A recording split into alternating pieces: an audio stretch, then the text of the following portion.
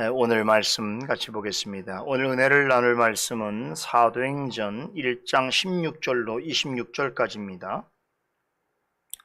봉독해 올리겠습니다. 형제들아, 성령이 다윗의 입을 의탁하사 예수 잡는 자들을 치로한 유다를 가리켜 미리 말씀하신 성경이 응하였으니 마땅하도다. 이 사람이 본래 우리 수 가운데 참여하여 이 직무의 한 부분을 맡았던 자라. 이 사람이 불의의 사고로 밭을 사고 후에 몸이 곤두박질하여 배가 터져 창자가 다 흘러나온지라. 이 일이 예루살렘에 사는 모든 사람에게 알게 되어 본 방언에 그 밭을 이르되 아겔다마라고 하니 이는 피밭이라는 뜻이라. 시편에 기록하였으되 그의 거처로 황폐하게 하시며 거기 거하는 자가 없게 하소서 하였고, 또 일렀을 때 그 직분을 타인이 취하게 하소서 하였도다.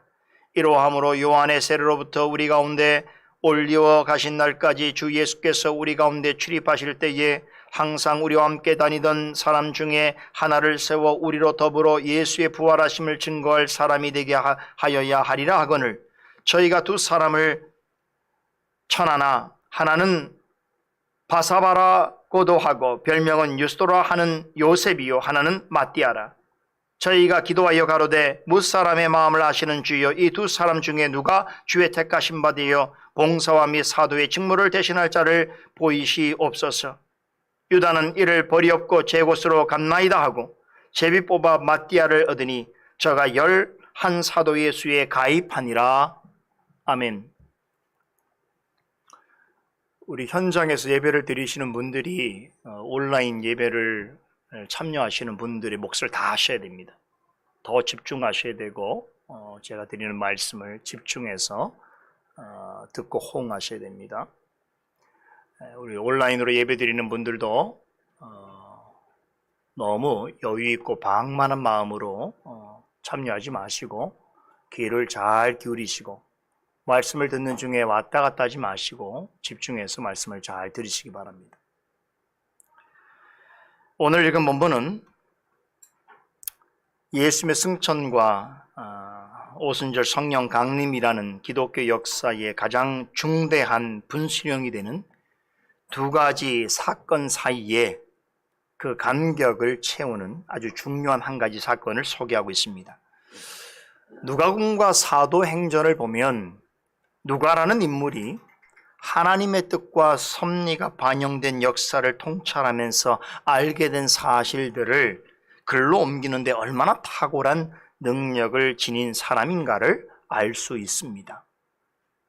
그는 예수님의 승천 이후에 곧바로 오순절 성령 강림 사건을 소개할 수도 있었겠지만 그렇게 하지 않고 그 사이에 한 가지 사건을 삽입하고 있습니다. 그것은 예수님으로부터 예루살렘과 온 유다와 사마리아와 땅끝까지로 부활의 증인이 되어야 할 사도들을 재정비하는 일이었습니다. 예수님께서 하늘로 올라가시기 전에 오직 성령이 너희에게 임하시면 예루살렘과 온 유다와 사마리아와 땅끝까지로 내 증인이 되리라 라고 하신 이 말씀은 사도로 택하신 12명의 제자들에게 하신 말씀입니다. 그런데 여러분이 아시는 것처럼 그 중에 가룟 유다는 제외되었습니다. 예수님을 배반한 유다는 비참한 최후를 맞게 되었습니다. 그로 인해 12사도 가운데 한 자리가 비었습니다. 그것을 채우기 위해 다른 한 사람을 따로 선출해야 할 필요성이 있었습니다.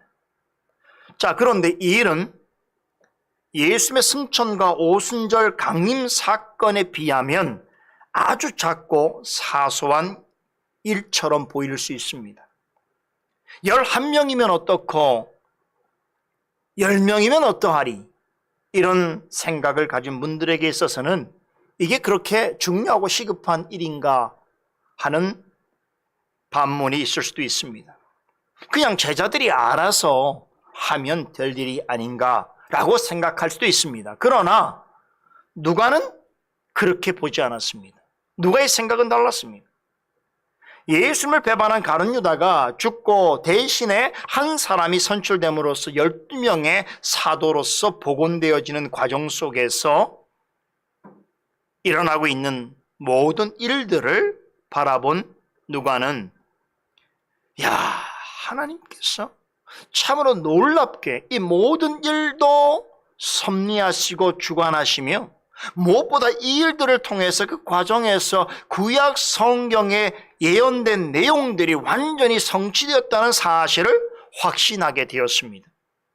그래서 오늘 본문에 기록한 사건을 통해서 이를 우리에게 확인시켜 주고 있는 것입니다. 모든 사람은 역사라는 시공간 속에 살아가고 있습니다. 거기에 모든 그리스도인은 역사 속에 면면이 흐르고 있는 교회 역사의 시간 속에 살고 있습니다. 그 속에서 우리는 교회로 모이고 교회를 이루며 삽니다. 사도행전은 이러한 역사를 바라보는 중요한 통찰을 제공해 주고 있습니다. 사람이 보기에는 우연 같고 사람의 뜻과 의지에 의하여서 되어진 일처럼 보이지만 결국에는 하나님의 뜻이 이루어져 간다는 것을 보여주는 것이 바로 기독교 역사입니다. 여러분, 예수님께서 제자들에게 가르치신 주기도 중에 나라 임하옵시며 뜻이 하늘에서 이룬 것 같이 땅에서도 이루어지이다 라고 하는 말씀을 기억하시지요? 이 기도가 말해주듯이 하나님 나라는 이미 이 땅에 임하였습니다. 이 땅에 임한 하나님의 나라, 곧 교회를 통해서 하늘의 뜻이 이 땅에서 이루어져 가는 것입니다. 이것이 진정한 교회 역사입니다. 우리는 이런 하나님의 뜻이 이루어져 가고 있는 교회 역사 속에 살아가고 있습니다. 사도행전은 그리스도의 복음으로 이 땅의 교회들이 최초로 형성되어지던 시기에 하늘의 뜻이 이 땅에 이루어져 가는 교회 역사의 진면목을 보여주고 있습니다. 여러분, 세상에 똑같은 사람 없지요? 쌍둥이도 다릅니다. 그렇듯이 똑같은 역사는 없습니다. 초대교회 역사와 오늘 우리 시대의 교회 역사는 다릅니다. 초대교회와 지금은 2000년이라고 하는 어마어마한 시간의 간극이 존재합니다. 그럼에도 사도행전은 모든 교회 역사와 연결되어 있으며 지금도 계속 이어지는 이야기를 전하고 있습니다. 이렇게 말씀드릴 수 있는 근거는 교회 역사를 통하여 당신의 뜻과 섭리를 이루어 가시는 하나님께서는 모든 교회 역사 속에서 변함없이 일하고 계시기 때문입니다. 사도행전에 기록된 교회의 상황과 다르더라도 교회를 세우시는 이가 동일하고 교회를 세우는 원리가 같기 때문에 사도행전의 역사는 지금도 계속되고 있는 것입니다. 사도행전을 공부해야 하는 여러 가지 이유가 있을 수 있습니다만 그 중에서 가장 중요한 한 가지 이유를 들라면 저는 이렇게 말씀드리고 싶습니다. 이 땅에 발을 딛고 살아가는 그리스도인들에게 하나님의 시각에서 역사를 바라보는 통찰과 안목을 제공해 주는 것, 이게 사도행전이 주는 굉장히 큰 유익입니다. 특별히 사도행전은 교회의 역사를 통해서 뜻과 섭리를 이루어 가시는 하나님의 열심, 그리고 하나님의 백성들의 모임인 교회와 그 가운데 속한 지체들을 향한 지극히 크신 긍휼과 사랑이 어떻게 드러나며 교회 역사 속에서 당신의 택한 교회와 백성들을 과연 어떻게 보호하시고 인도해 가시는가를 알려주는 매우 중요한 성경입니다. 사도행전은 이 땅에 하나님 나라와 그 일을 이루어가는 데 중심이 되는 교회의 행보를 그 무엇도 막지 못한다는 것을 알려주는 교회를 위한 참으로 경이롭고도 위대한 서신입니다. 여러분이 사도행전을 대할 때에 늘 이런 크고 넓은 시각이 필요합니다. 오늘 본문은 그 역사에 속해 있는 크고 중대한 일들뿐만 아니라 작고 사소해 보이는 일들에까지 하나님의 뜻과 섭리가 어떻게 반영되고 있으며 또한 어떻게 성취되어 가고 있는가를 잘 보여주고 있습니다. 예수님의 승천을 목격한 제자들을 포함한 예수님을 따르는 120명의 사람들이 예루살렘의 한 다락방에 모였습니다. 이들은 성령을 보내주신다는 예수님의 약속이 이루어지기를 기다리면서 더불어 마음을 같이하여 함께 기도에 힘썼습니다. 그때 사도 베드로가 일어나 강연을 시작합니다. 그 내용이 본문 16절에서 20절까지 나옵니다. 그의 연설의 요지는 이렇습니다. 예수님을 배반한 가룟 유다의 행적은 구약 성경에 예언된 말씀을 따라 성취된 것이다. 따라서 그를 대신하여 다른 한 사람을 택하여 12명의 사도를 복원하고 자신들과 같이 복음을 전하는 사도로서의 직무를 맡겨야 한다는 것입니다. 베드로가 120명 가운데 일어서서 연설을 했다는 것은 당시 초대교회 기독교 공동체 안에서 그가 어떤 위치를 차지하고 있는 존재인가를 암시해 줍니다. 예수님의 공생애 때도 예수님 가장 측근에서 가장 가까운 거리에서 예수님을 보좌해 왔습니다. 그런데요, 예수님께서 하늘에 오르신 후에는 모든 사도들을 대표하는 자로서 연설하고 있습니다. 다른 사도들로부터도 상당한 인정과 존경을 받고 있었습니다. 그런데 이러한 이유로 로마 가톨릭 교회에서는 베드로의 사도적 우위권을 강조하면서 그리스도께서 하늘과 땅의 것을 열고 닫는 천국 열쇠의 권한을 오직 베드로에게만 주셨기 때문에 그의 사도권을 계승하는 교황은 영적인 일에 있어서는 모호한 존재다라는 황당무계한 주장을 하고 있습니다. 그런데 오늘 본문에서는 그들이 말하는 그와 같은 베드로의 모습은 전혀 찾아볼 수가 없습니다. 120명 가운데 일어서서 사도들을 대표하여 발언하고 있습니다만 자신의 사도적 권위를 주장하지 않습니다. 자신의 지식과 경험을 내세우지 않습니다. 다른 사도들과 비교하여 어떠한 우월의식이나 자구함을 드러내지 않습니다. 거기 모여있는 사람들도 조금 더 그런 식으로 베드로를 대하지 않습니다. 베드로는 오직 성경 말씀에 근거하여 자신의 논지를 펴고 있을 뿐입니다. 그가 연설을 할 즈음에는 가룟 유다는 이미 죽음을 당한 상태였습니다. 유다의 행적이 워낙에 충격적이다 보니 그가 죽은 후에도 세간에 그에 관한 관심은 줄어들지 않았습니다. 특히나 그의 죽음과 관련해서 많은 사람들이 궁금해하였을 것입니다. 실제로 초대교회 당시에 가룟 유다와 관련해서 작성된 많은 종교 문서들이 있습니다. 도마복음이라는 것도 그런 건데 외경도 있고 그 외에 경건서적에 해당하는 많은 내용들 중에 도마와 또 이 가룟 유다가 대표적으로 언급되어지고 있습니다. 거기에는 우리가 알고 있는 유다와는 전혀 다른 유다에 관한 이야기들이 가득합니다. 3년간 예수님을 따라다닌 제자가 스승을 배반하고 대적자들에게 팔아넘겨서 십자가에 죽게 했다는 사실만으로도 사람들의 구미를 자극하는 많은 설화와 스캔들의 소재가 될 만했습니다.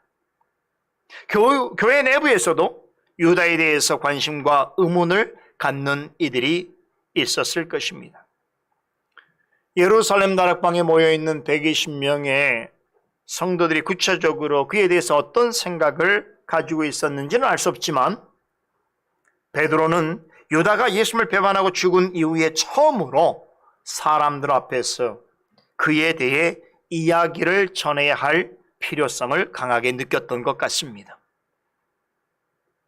그런데 사람들이 원하는 이야기나 개인적인 의견을 전하지 않습니다.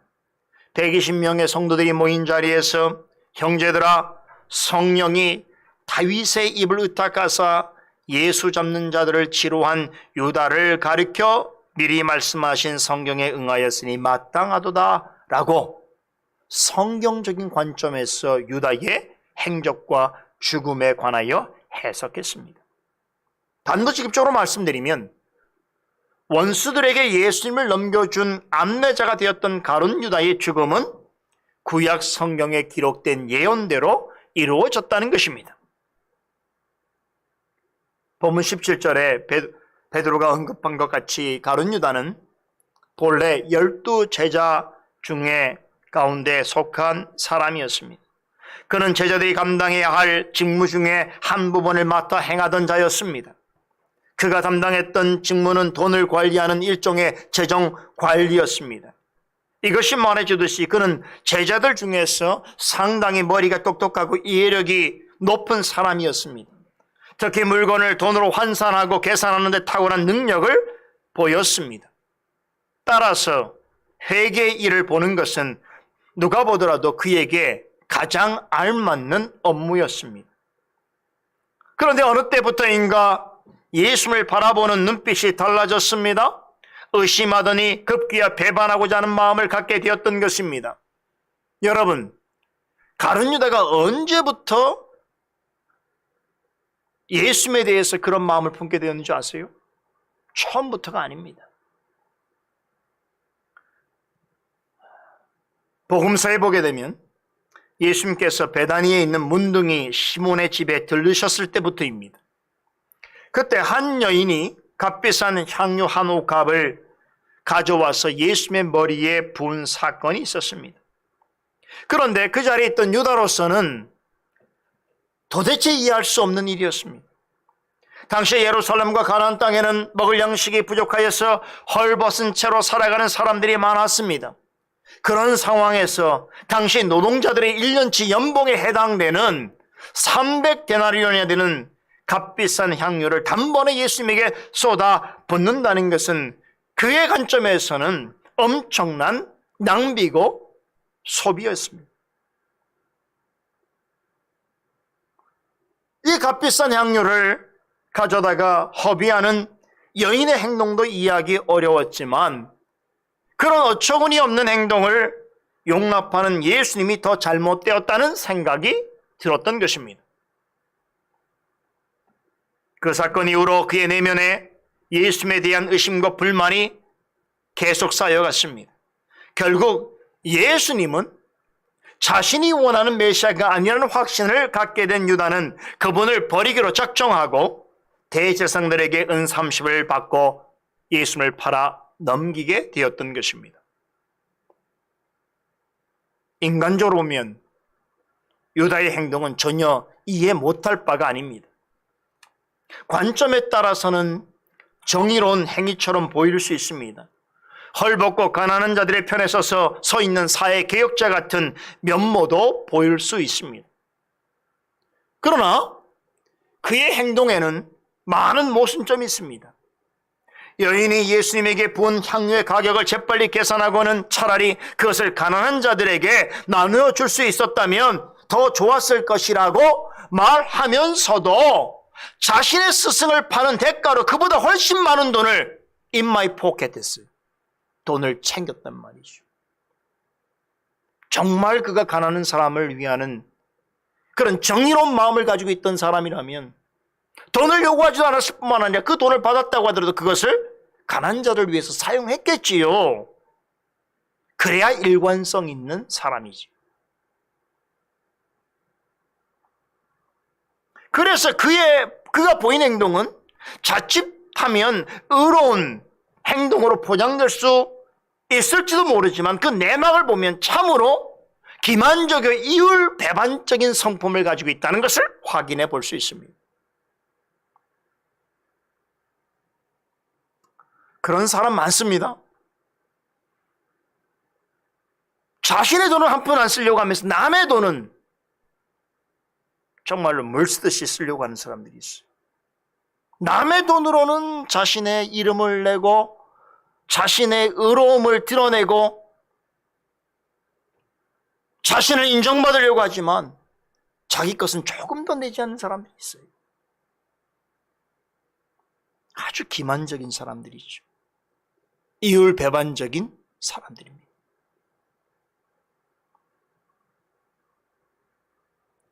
유다는 어떤 사람들에게 있어서는 사회적 정의를 추구하는 종교인이나 지식인으로 비춰졌을 수도 있습니다.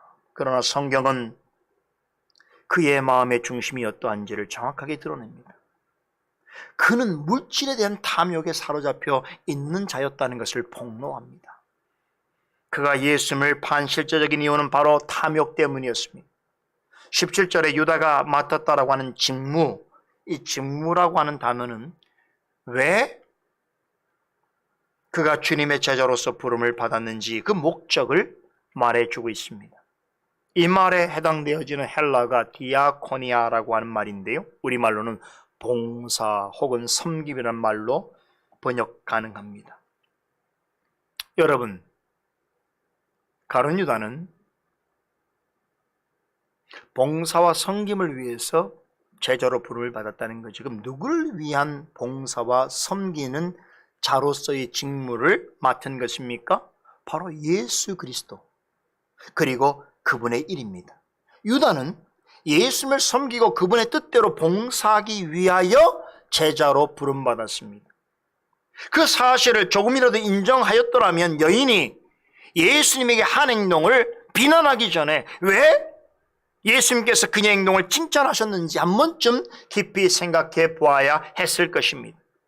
예수님께서는 여인의 행위를 곧 있을 십자가 죽음과 장례를 준비하는 성도의 섬김과 봉사의 일로 보셨습니다. 그렇기 때문에 유다와 몇몇 제자들이 여인의 행위에 대하여 분을 내고 예수님의 의도를 의심하고 있다는 것을 알고 계셨음에도 오히려 이 여인의 한의를 장차 복음이 전파되는 곳마다 알려서 기념하게 하라고 명하셨습니다. 이와 관련해서 보다 자세한 교훈은 제가 마태복음 강해를 통해서 여러분에게 상세하게 전해드렸습니다.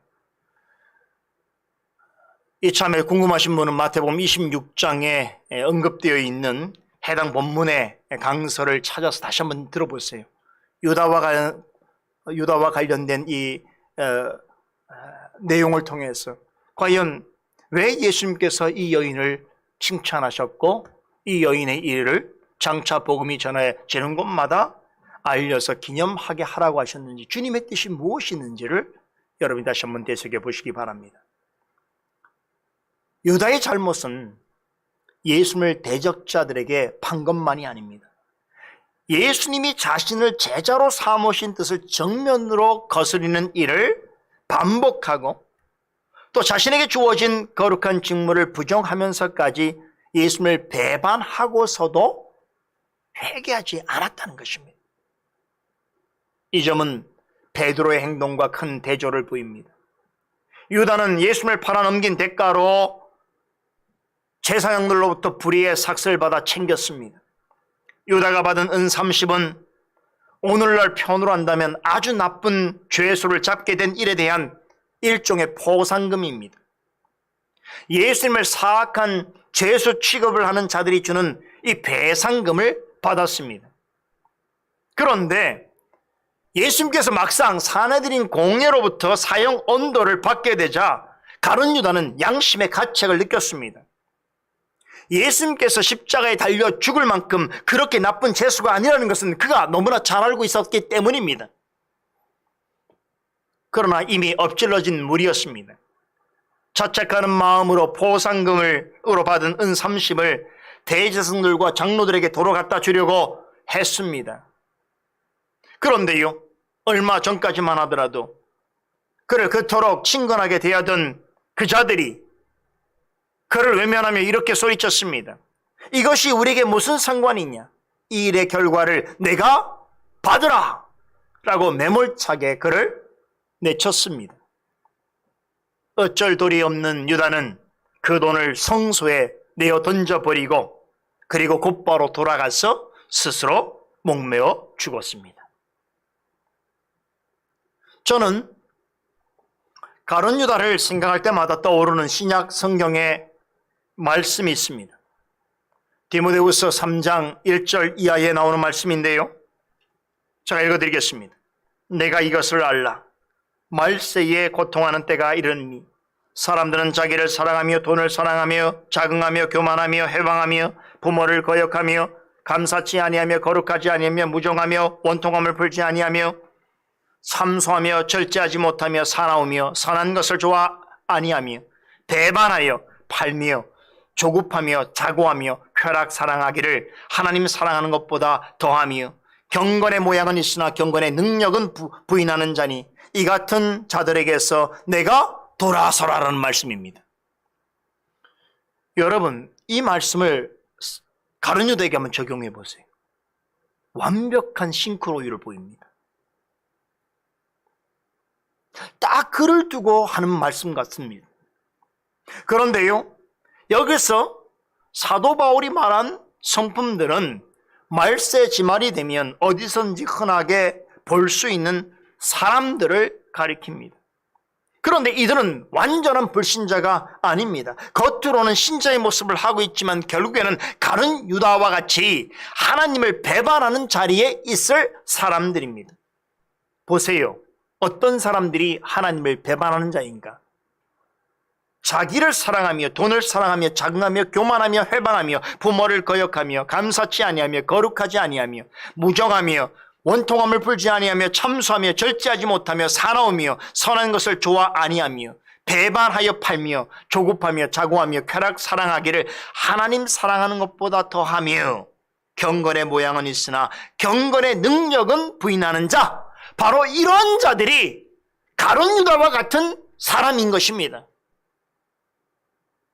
성령께서는 사도의 음성을 통해서 마지막 때에 우리에게 이 가룟 유다와 같은 사람, 즉 끝내 하나님을 배반하고 돌아설 자들로부터 돌아서라고 강력하게 촉구하고 계십니다. 그런데 가룟 유다는 어떻게 했습니까? 예수님에게 한 행동에 대해서는 일말의 양심의 가책을 느끼면서도 결국에는 배반한 자가 되었습니다. 진실로 회개하지 않았습니다. 스스로 목숨을 끊는 일로 자신의 죗값을 대신 치료했습니다. 그러나 이것은 자신을 위한 일일 뿐 참된 회개가 아닙니다. 바로 이 부분까지가 마태가 복음서를 통해서 우리에게 가르쳐 주는 가룟 유다의 최후의 모습입니다. 그런데 오늘 본문에 나오는 누가의 기록을 보게 되면 유다의 죽음과 관련해서 좀 더 자세한 설명이 나옵니다. 자, 흥미로운 것은 그런데 지금 이 말은, 이 설명은 베드로가 하는 것이 아닙니다. 사도행전의 저자인 누가가 덧붙인 것입니다. 누가가 오늘 본문을 기록할 목적으로 가룟 유다에 관한 일들을 조사하고 수집하는 과정에서 마태가 미처 전하지 아니한 그의 죽음에 관한 좀 더 깊은 상세한 내용을 알게 되었습니다. 그 내용을 오늘 본문에 기록해 둔 것입니다. 그래서 18절, 19절은 우리 한글 성경에는 괄호가 쳐져 있어요. 이 괄호는 지금 베드로의 연설 속에서 괄호가 쳐진 건 다 베드로의 이야기가 아니고 바로 이것을, 이 서신을 기록한 누가가 여기에 첨부한 것이다라고 하는 표시입니다.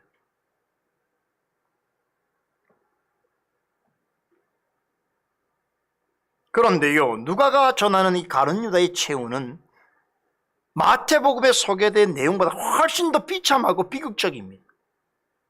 누가에 따르면 어찌된 일인지 모르겠습니다만 스스로 목매어 죽은 유다의 몸이 결국 죽은 채로 곤두박질해져서 배가 터지고 창자가 다 쏟아져 나왔다고 합니다. 그런데 공교롭게도 이렇게 비참하게 죽은 것이 어딘가 하면 유다가 예수를 팔아서 챙긴 돈으로 산 땅입니다. 여러분, 이런 우연 같지만 우연이 아닌 일이 어디 있습니까?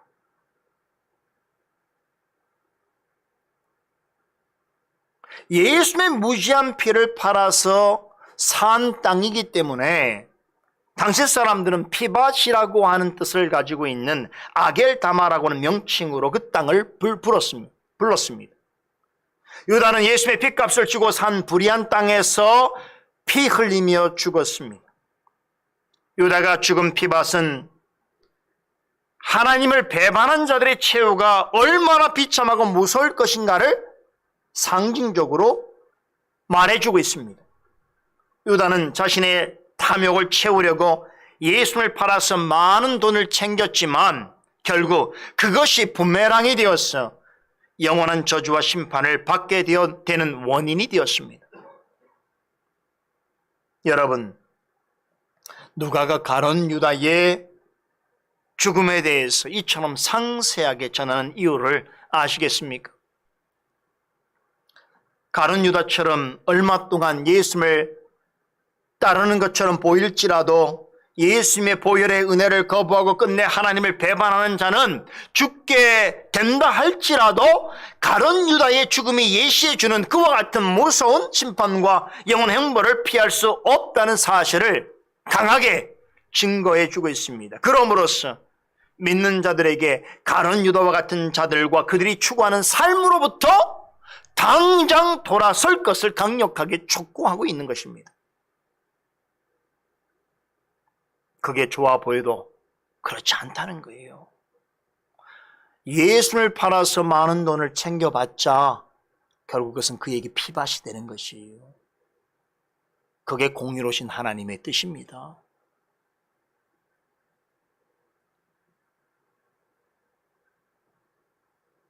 주님을 떠나서 혹은 주님을 거부하면서 세상에서 많은 명예와 지식과 인기와 재물을 가진다 하더라도 가룟 유다보다 나을 것이 없습니다. 그 결국은 그렇게 끝난다는 것이. 이어지는 본문 20절에서 베드로는 가룟 유다의 죽음과 성경 말씀의 구체적인 관련성을 언급합니다. 구약 성경 중에서 시편의 두 구절을 인용해서 유다의 죽음은 이미 말씀하신 성경이 응하여진 이라는 것을 밝히고 있습니다. 우선 20절에 그의 거처로 황폐하게 하시며 거기 거하는 자가 없게 하소서라고 하는 말씀은 시편 69편 25절을 인용한 것입니다. 재미있는 것은 시편 본문과 대조해 보면 조금 다르게 표현되어 있다는 것입니다. 시편 69편에서는 저희의 거처로 황폐하게 하시며 라고 하는 말로 인칭 대명사가 3인칭 복수로 기록되어 있습니다. 그런데 베드로는 오늘 본문에서는 그의 거처라고 하는 3인칭 단수로 표현하고 있습니다. 이런 작은 차이를 들어서 어떤 이들은 가룟 유다의 죽음이 구약 성경에 예언됐다는 사실을 부정하려고 합니다만 대단히 어리석은 주장입니다. 시편 69편에 언급된 저희는 다윗을 대적하는 무리들을 가리킵니다. 그 수가 많았기 때문에 저희라는 복수로 표현했습니다. 그런데 베드로는 시편 69편에 나오는 다윗의 행적을 그리스도에 관한 예언으로 보았습니다. 즉 다윗을 대적하는 자들은 그리스도를 대적할 자들을 예표한 것으로 본 것인데 그 중에 가장 큰 원수, 그 원수를 가룟 유다로 지목하고 있는 것입니다. 그 때문에 시편 원문에 저희라는 말을 베드로는 연설 속에서 그라는 말로 대체 바꾸었습니다. 다윗은 시편 69편에서 저희 거처로 황폐하게 하시고 그 장막에 거하는 자는 없게 하소서라는 말을 통해서 자신을 대적하는 자들을 하나님께서 완전히 멸망하게 해달라고 간청합니다. 베드로는 이 말씀이 가룟 유다의 죽음에 대한 예언으로 보았습니다. 실제로 유다의 죽음을 통해서 이 말씀이 성취된 것으로 해석하고 있습니다. 물론 이것은 성령의 영감을 통한 해석입니다.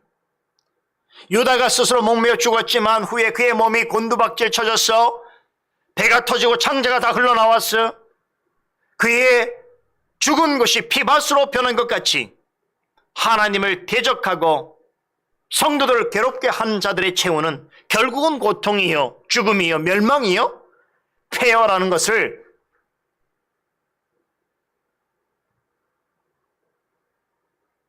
다윗이 고백한 시편 말씀을 통해서 증거하고 있는 것입니다. 그 다음에 20절 하반절을 보시면 그 직분을 타인이 취하게 하소서 하였도다라고 하는 말씀이 나오죠. 이 말씀은 시편 108편 8절을 인용한 것입니다. 이 역시 다윗이 기록한 말씀으로 자신을 무고히 미워하고 중상하고 공격하는 악한 사람들을 하나님께서 제거해 달라고 하는 간구의 내용을 기록한 것입니다. 다윗은 특히 하나님께서 그 중에 주모자가 되는 한 사람을 뽑아내셔서 본보기로 심판을 해달라고 요청하고 있습니다. 악한 자의 직분을 타인이 취하게 하소서라고 하는 간청을 하고 있습니다. 그런데 베드로는 이 간청을 예수를 배반함으로써 비참한 심판을 당한 가룟 유다의 자리를 다른 사도로 채우는 것으로서 다윗이 예언한 것으로서 이해하고 이곳에 인용하고 있는 것입니다. 이 말씀은 가룟 유다 대신에 다른 한 사람이 사도의 직분을 취하게 됨으로써 실제로 성취되었습니다. 이와 같이 베드로는 가룟 유다의 죽음과 그로 인해 사도직의 한 사람을 채우는 일을 우연한 사건으로 보지 않습니다. 이미 구약 성경에 기록된 예언이 그대로 성취되어진 것으로 이해했습니다. 자, 그럼 베드로는 이 엄청난 진리의 내용을, 사실을 어떻게 알게 되었을까요? 예수님께서는 공생의 기간 동안 구약 성경의 예언들이 성취된 것들과 앞으로 성취될 것들에 대해서 많은 가르침을 전하셨습니다. 그런데 베드로를 비롯해서 당시 지도자들은 예수님께서 하시는 말씀의 의미를 잘 알지 못했을 뿐더러 관심이 없었습니다. 다른 것에 관심을 두고 있었습니다. 심지어 예수님께서 십자가에 죽으실 때까지도 예수님의 모든 행위가 구약 성경에 예언된 것이 성취되어진 것인 줄 그들은 알지 못했습니다.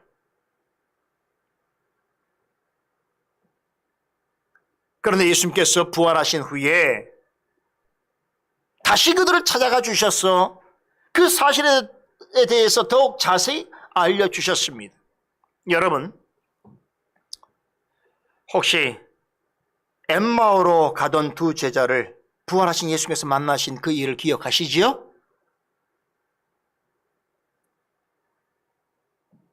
부활하신 예수님께서 그들이 가는 길에 동행하셨습니다.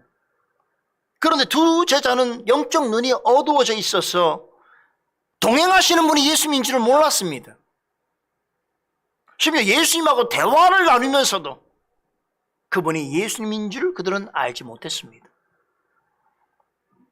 그럼에도 이렇게 어리숙하고 무지한 제자들과 한밤을 같이 지내시면서 그 옛날 모세와 및 모든 선자들의 글로 시작해서 모든 성경에 쓰여진 자신에 관한 교훈들을 자세히 설명해 주셨습니다.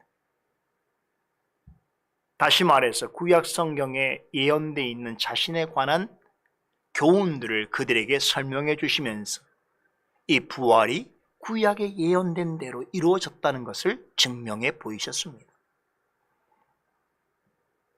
예수님께서 구약 성경의 말씀들을 풀어 설명해 주실 때 비로소 그들의 눈이 밝아지고 마음이 뜨거워져서 부활하신 예수님을 알아보았습니다.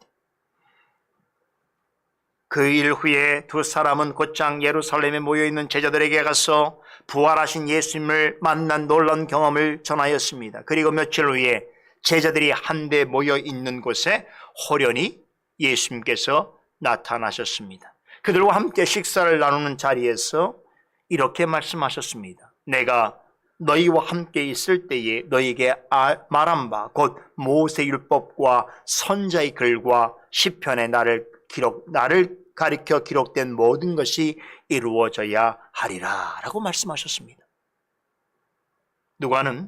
누가복음 24장의 이 두 가지 사건을 자세히 기록하고 있습니다. 누가복음 24장 45절에 아주 중요한 말씀을 전하고 있는데 예수님께서 이렇게 말씀하셨을 뿐만 아니라 그 말씀으로 제자들의 마음을 열게 하시고 성경을 깨닫게 하셨다라고 증거합니다. 그러니까 예수님께서 가르쳐 말씀하신 그 의미를 제자들이 스스로 깨닫게 된 것이 아니라 예수님께서 모세의 율법과 선지의 글과 시편에 나타난 자신에 관하여 기록된 모든 것이 이루어져야 한다라고 하는 그 말씀을 성령께서 듣는 제자들의 마음을 진리의 빛으로 환하게 비추게 하시고 저들의 닫힌 눈과 마음을 열게 하심으로 예수님께서 전하시는 성경 말씀을 깨닫게 해주셨다는 것입니다. 놀라운 일이죠. 부활하신 예수님은 자신을 3번이나 부인한 베드로를 또다시 만나 주셨습니다. 그에게도 마음을 열어 주시고 성경을 깨닫게 해주셨습니다. 그래서 베드로는 구약 성경에 예언된 것을 적절하게 인용하고 그것이 성취되었다는 것을 담대하게 120명의 사람들 앞에서 선포할 수 있었던 것입니다. 여러분, 그가 스스로 성경을 연구했거나 아니면 신학교를 다녀서 알게 된 사실이 아닙니다. 예수님께서 말씀해 주시고 성령께서 깨닫게 해주신 결과입니다. 주님의 말씀을 조명하시고 깨닫게 해주시는 은혜로 베드로는 성경에 기록된 말씀은 하나도 틀린 것이 없으며 하나님께서 말씀하신 약속과 예언은 반드시 성취되어 진다는 것을 확신하게 되었습니다. 가룟 유다의 죽음도 성령께서 다윗의 입을 통해서 말씀하신 성경이 성취된 것임을 알게 되었습니다. 그런 깨달음이 있었기 때문에 120명 앞에서 형제들아, 성령이 다윗의 입으로 의탁하사 예수 잡는 자들을 지루한 유다를 가리켜 미리 말씀하신 성경이 응하였으니 마땅하도다라고 선포할 수 있었던 것입니다. 이에 베드로는 가룟 유다를 대신하여 사도 직분을 맡을 한 사람을 선출해야 하는 당위성도 확보하게 되었습니다. 이에 12제자를 유다를 대신할 12번째 사도를 뽑자는 제안을 내놓았습니다. 자, 이 대목에서 우리는 질문을 하게 됩니다. 사도가 꼭 12명이어야 하나요? 11명으로는 부족한 것일까요? 꼭 12명이어야 하는 이유는 뭘까요? 이에 대해 누가복음 22장에 언급한 한 이야기를 통해서 답하고 있습니다. 누가복음 22장에 보게 되면 예수님께서 제자들에게 아버지의 나라를 맡기시겠다고 하면서 제자들로 하여금 보호자에 앉아 이스라엘의 12지파를 다스리게 하시겠다라고 하시는 약속의 말씀을 전하십니다. 예수님의 말씀에 따르면 12제자는 이스라엘 12지파를 상징합니다. 12지파가 이스라엘의 민족을 형성하는 초석이 되었다면 12제자는 이 땅에 하나님의 나라를 예표하는 교회를 세우는 기초석과 같은 역할을 하는 사람들입니다. 이러한 이유로 예루살렘과 온 유다와 사마리아와 땅끝까지 이르러 주님의 증인이 될 12사도를 택하신 것입니다. 가룟 유다를 대신하여 한 사람을 추가하여서 12사도가 되게 하자고 한 것은 그러니까 베드로의 아이디어가 아닌 것입니다. 성경에 예언된 일이며 예수님께서 그렇게 할 것이라고 약속하신 것입니다. 이 일의 중요성을 잘 알고 있는 베드로는 단지 새로운 사도 한 명을 뽑자고만 하지 않고 사도의 사역에 걸맞는 일을 선출해서 그로 하여금 직무를 잘 수행할 수 있도록 하자고 제안합니다. 그 내용이 본문 21절과 22절에 나옵니다. 여기서 베드로는 어떤 사람이 사도로 선출되어야 할지 자격 조건을 제시합니다. 첫째, 예수님의 공생의 기간 동안 주님과 제자들과 가까이 지낸 인물이어야 합니다. 본문에는 요한의 세례로부터 우리 가운데서 올려가신 날까지 주 예수께서 우리 가운데 출입하실 때에 항상 우리와 함께 다니던 사람이어야 한다고 말하고 있습니다. 자, 이 말씀은 가룟 유다를 대신한 새 사도에 관한 선출의 자격 조건이지만 오늘 우리 교회 안에서 중요한 사역을 감당할 직분자를 세우는 데 있어서도 매우 중요하고 유용한 원리를 제시해 주고 있습니다. 이 말씀을 세분화해 보면 사도나 직분자는 먼저 평소에 주님과 동행하는 자라야 합니다.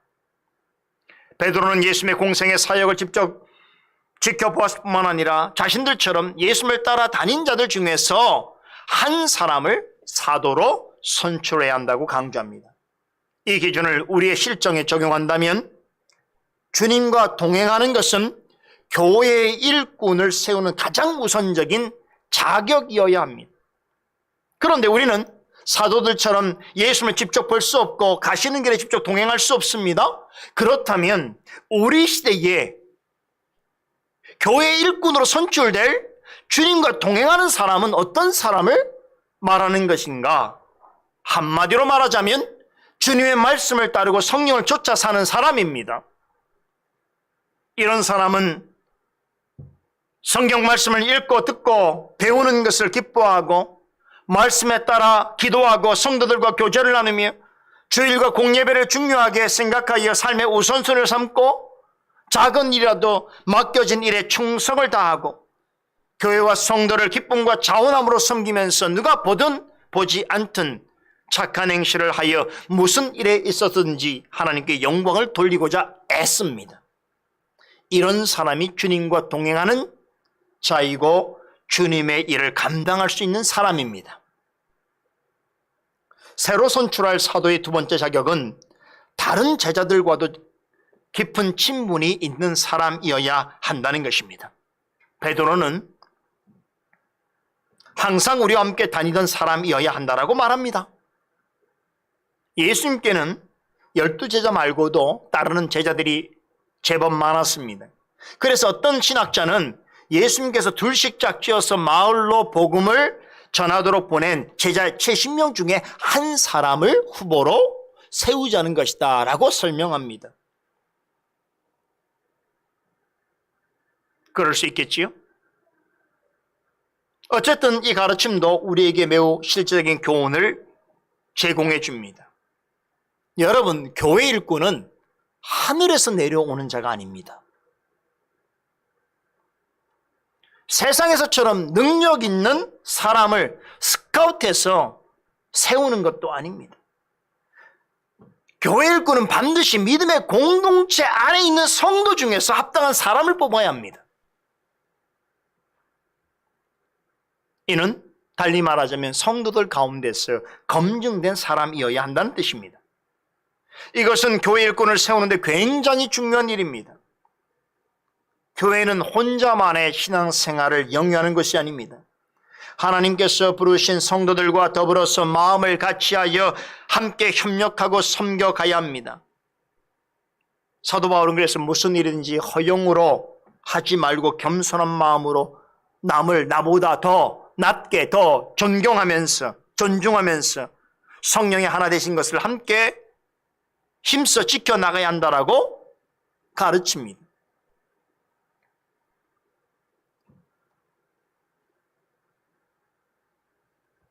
교회 일꾼은 교회 지체들을 늘 유익하게 하는 생각과 말을 하고 봉사와 섬김을 통해서 그리스도의 몸된 교회를 더 든든히 세워가는 사람입니다. 그런데 여러분, 그런 사람을 누가 알 수 있습니까? 그런 사람이라는 것을 누가 가장 잘 알 수 있습니까? 바로 함께하는 성도들이죠. 그래서 지교회를 섬기는 직분자는 성도들의 투표를 통해서 선출하게 되는 것입니다.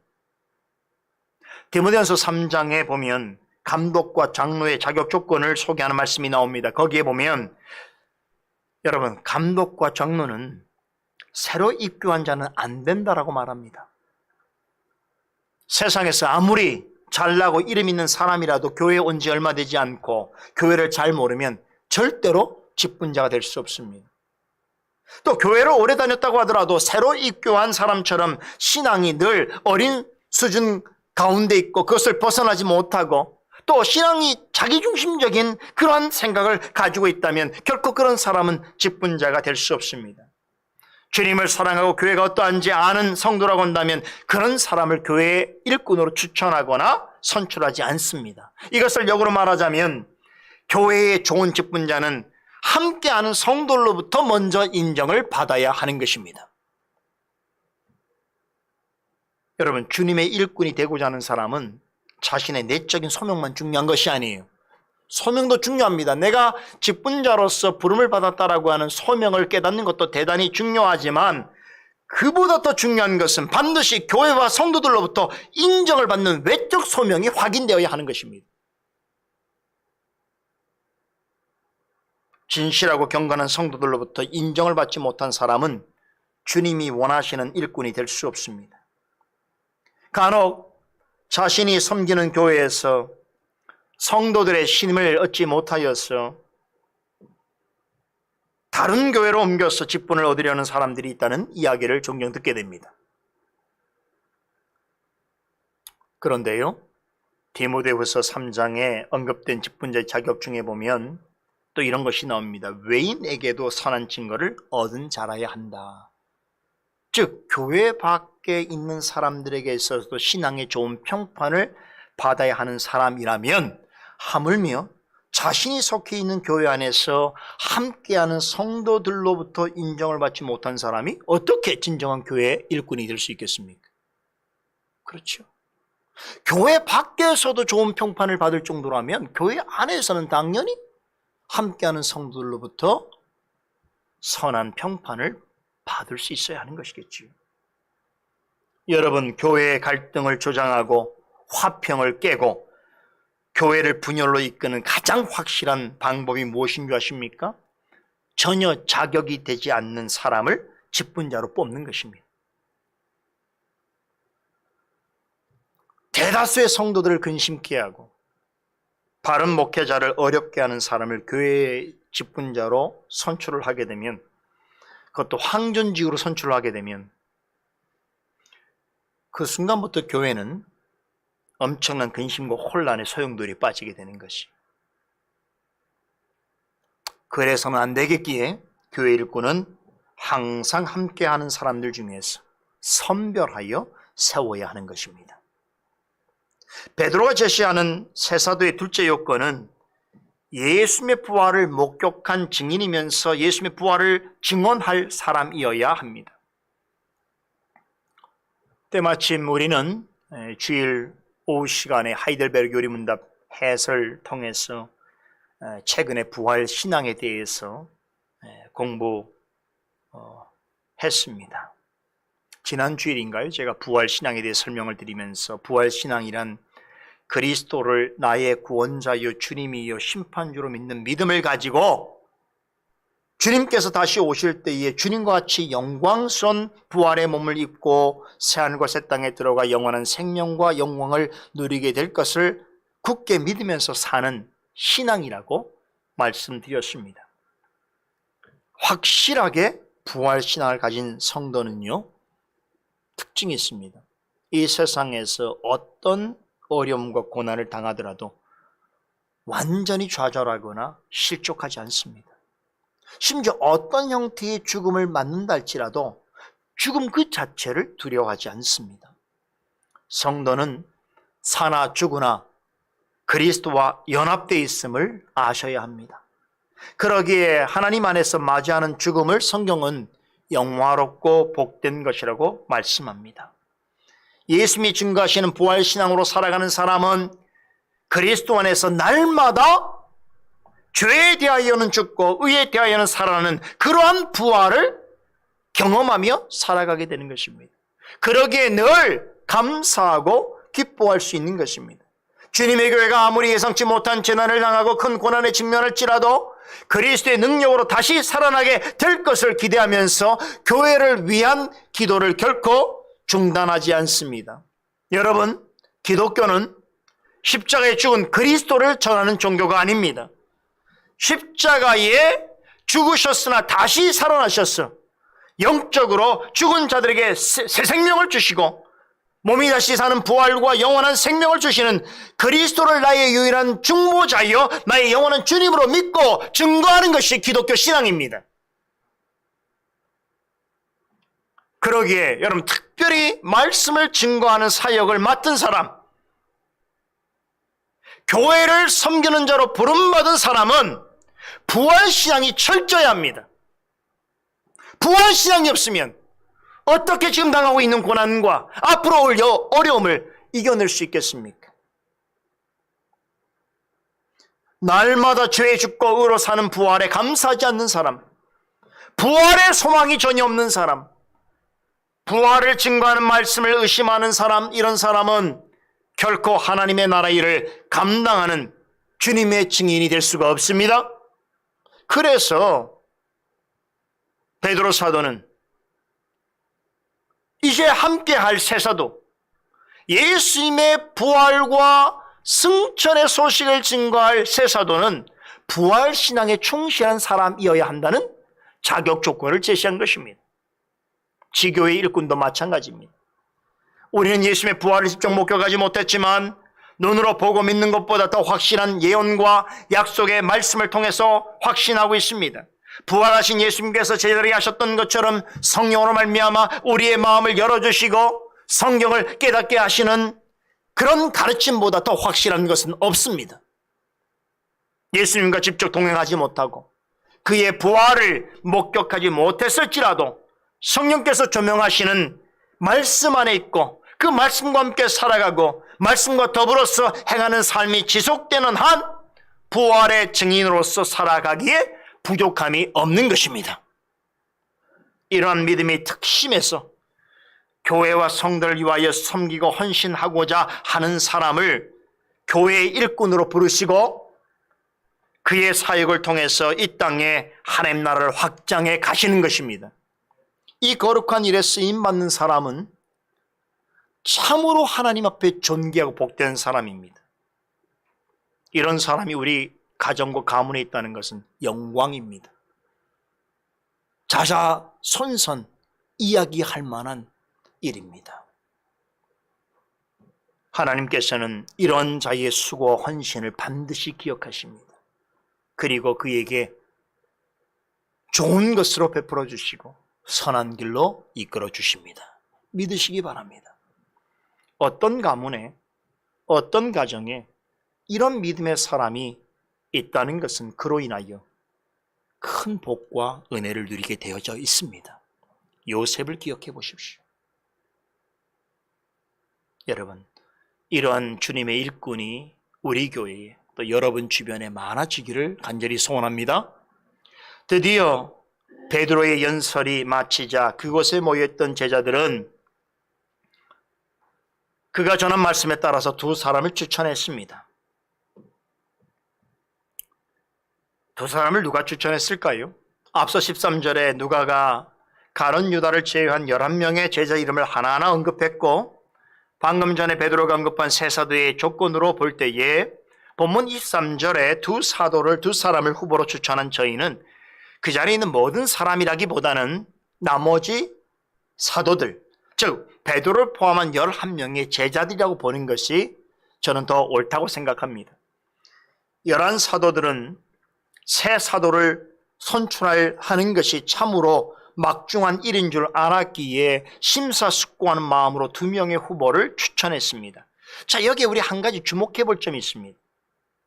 베드로든 다른 사도든 누가 일방적으로 한 사람을 지목하지 않았다는 것이, 또 회중들이 알아서 하도록 방임하지 않았다는 것입니다. 만일에 누구 한 사람이 지목하였다면 새 사도는 그에게 예속된 사람이 되었을 가능성이 큽니다. 반대로 거기 모인 회중들로 하여금 원하는 사람을 뽑도록 했다면 인기 투표가 되었거나 생각 없이 표를 던졌을 수 있습니다. 사도들은 그런 것을 미연에 방지하면서 동시에 하나님의 뜻에 합당한 사람을 선출하는 방안을 먼저 채택했습니다. 그리고 사도들이 추천하되 최종적으로 자격 요건을 갖춘 두 사람을 후보로 정하게 되었던 것입니다. 굉장히 지혜로운 처사입니다.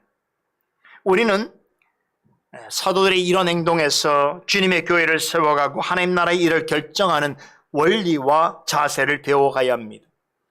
아무튼 사도들에 의해서 가룟 유다를 대신할 사도 후보 두 사람이 천거되었습니다. 한 사람은 바사바라고 불리는 별명은 유스도로 하는 요셉이라는 사람이고, 다른 한 사람은 마띠아였습니다. 최종 후보 두 사람이 선정된 것으로 봐서 두 사람은 베드로가 제시한 새 사도의 조건에 충족하는 사람들이었을 것으로 사료됩니다. 두 사람 가운데 누가 사도로 뽑힌다 해도 문제될 것이 없었습니다. 자, 그러나 그렇다고 해서 두 사람을 다 뽑거나 아무나 택할 수는 없었습니다. 두 사람 가운데 하나를 선택해야 하였기 때문인데요. 우리도 교회 생활 중에 이와 비슷한 경험을 할 때가 있습니다. 기본적으로 자격을 갖춘 후보진 중에서 어떤 제한된 수 한 사람 또는 적은 수의 사람을 선택해야 할 경우가 있습니다. 이렇게 쉽게 판단이 서지 않을 때 누가 하더라도 잘할 것 같고 누가 되더라도 이상할 것이 없는 그런 상황에서 여러분, 일꾼을 선택할 때 우리가 가장 먼저 해야 될 일이 뭘까요? 다 같이 기도하는 것입니다. 사도들은 두 사람의 후보를 두고 합심으로 기도했습니다. 두 사람 중에 누가 주의 택하신 자인가를 알기 위해서 다 같이 전심으로 기도했습니다. 제비를 뽑기 전에 하나님이 원하시는 사람이 선출되게 해달라고 간청하는 기도를 드렸습니다. 최종적으로 두 사람이 후보에 올랐지만 누가 더 하나님의 마음에 합한 자인지 알 수 없는 상황에서 제자들은 거기 모인 성도들과 함께 사람의 마음속까지 감찰하시는 하나님의 개입하심과 도우심을 구하는 기도를 드렸습니다. 사람은 아무래도 보여지는 모습에 외모나 친분이나 학력이나 경력이나 인정에 치우칠 수밖에 없지요. 그러나 하나님은 보여지는 것으로 사람을 취하지 아니하시고 오직 그 마음의 중심까지 헤아리시기 때문에 그 자리에 모여있는 사람들은 다 같이 하나님의 뜻을 물었습니다. 제비를 뽑는 일에도 하나님의 전적인 주권과 섭리가 있음을 믿고 기도했습니다. 그런데 무턱대고 한 사람을 뽑아달라고만 기도하지 않았습니다. 25절에 이들이 간구한 기도의 내용이 소개되어 있습니다. 예수를 배반한 가룟 유다를 대신하여 봉사와 사도의 직무를 감당할 자를 보여주소서라고 간청했습니다. 21절과 22절에 언급된 내용이 새 사도를 선출하기 위한 자격 조건이라고 한다면 25절에 언급된 봉사와 사도의 직무라고 하는 말은 새 사도에게 요구되어지는 사역을 말해줍니다. 자, 원문 성경에 보면 봉사와 직무라는 말로 번역된 것이 아까 가룟 유다의 직무라고 표현된 이 디아코니아라고 하는 단어예요. 디아코니아. 섬김, 봉사라고 그랬지. 여러분, 섬김은 모든 사도에게 그리고 모든 교회 직분자들에게 요구되는 가장 중요한 직무입니다. 사도와 교회 직분자는 주님께서 피 흘려 세우신 교회를 섬기고 주께서 맡기신 주님의 양떼인 성도를 위해서 봉사의 일을 하도록 택하여 부르신 주님의 일꾼입니다. 주님의 일꾼은 언제나 섬기는 자요 봉사하는 자입니다. 그러나 가룟 유다는 주님과 주님이 사랑하시는 자들을 섬기는 대신에 배반의 길로 나아갔습니다. 그러기에 새 사도는 가룟 유다와 다르게 특심함으로 주님과 성도를 섬기는 자여야 했습니다. 예루살렘 다락방에 모인 제자들과 성도들은 유다를 대신하는 사도가 주님의 교회를 위해서 섬김의 봉사를 잘 감당하는 이가 되게 해달라고 간절히 기도했습니다. 그리고 그 기도를 마친 후에 모든 사람이 지켜보는 앞에서 제비를 뽑았습니다. 그 결과 마띠아가 새로운 사도로 선택되었습니다. 마띠아는 11사도와 함께하는 자리를 부여받았습니다. 이로써 12사도의 터와 그들의 가르침 위에 교회를 세우시겠다라고 하는 예수님의 계획이 완성되었습니다. 이렇게 예수님께서 주도하시는 초대교 역사는 하나님의 뜻과 섭리에 따라서 조금 더 흐트러짐 없이 그러면서도 거침없이 나아갈 준비를 마쳤습니다. 이제부터 우리가 할 일은 그러한 일들을 자세히 살피면서 하나님께서 말씀으로 드러내시는 뜻과 섭리를 쫓아서 성령께서 이끄시는 길로 나아가는 것입니다. 그것이 우리가 할 일이에요. 그래서 앞으로 살펴볼 사도행전의 말씀들이 더 기대가 되는 것입니다. 여러분, 교회 역사의 교훈이 복잡해 보이는 것 같지만 매우 단순합니다. 내가 하려면 늘 실패하지만 하나님과 말씀을 신뢰하면 반드시 승리한다는 것입니다. 그 사실을 마음에 품고 오늘 말씀을 한 주간 묵상하시면서 우리 교회를 향한, 여러분을 향한 하나님의 뜻과 섭리를 깊이 상고하는 귀한 시간이 되기를 간절히 소원합니다. 기도하십시다.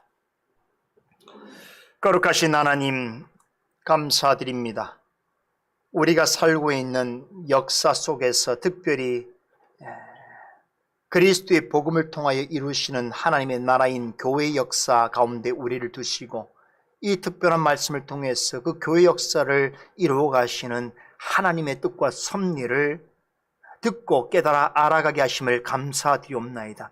어떻게 우리의 인간의 지식과 경험으로 이 사실들을 알 수 있겠습니까? 오직 성령께서 영감해 주신 말씀을 우리의 마음 가운데 조명해 주실 때만이 우리가 이 성경에 감추어 넣어 있는 참으로 역사를 움직이시는 하나님의 신비롭고도 영화롭고 참으로 숭고한 뜻을 알게 되는 줄 믿습니다. 하나님, 우리처럼 미천하고 부족한 자들에게도 이 귀한 일들을 밝히 드러내심으로 우리로 하여금 하나님께서 주도하시고 하나님께서 늘 승리하시는 그 역사 속에 살아가고 있는 하나님의 자녀인 것을 깨닫게 하시는 줄 믿습니다. 우리가 이 성경을 공부해 갈 때도 참으로 그러한 하나님께서 주시는 확신 아래 거할 수 있는 저희가 되게 하시고, 특별히 함께 모여서 하나님의 나라를 이루어가는 솔리데오 글로리아 교회 가운데 이 말씀을 통하여 나타나는 참으로 하나님의 귀한 교훈들이 그대로 적용되어지고 아름다운 열매가 풍성히 드러나게 하여 주시옵소서. 감사드리며 예수 그리스도의 이름으로 기도드리옵나이다. 아멘.